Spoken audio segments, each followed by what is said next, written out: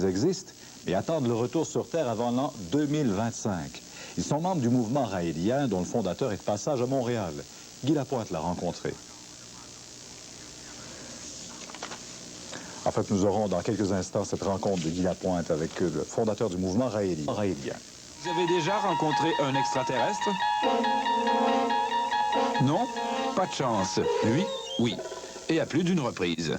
Claude Vorilhon se serait même baladé avec eux, aurait eu la chance de voir son double extrait d'une cellule de son front, de projeter les images de son cerveau sur écran, mais pas très clairement au début, en plus de faire entendre la musique de son cortex à son entourage venu d'ailleurs, entourage qu'il décrit comme de petits hommes aux yeux en amande, ne dédaignant pas un contact étroit avec les terriennes.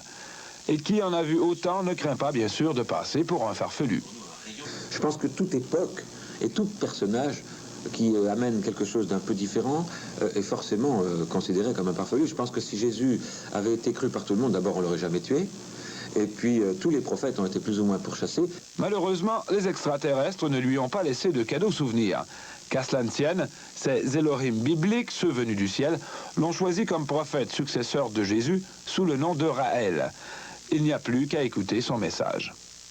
La grande différence avec notre mouvement, c'est que c'est un mouvement d'espoir. C'est un mouvement qui dit arrêtez de croire et commencez à comprendre.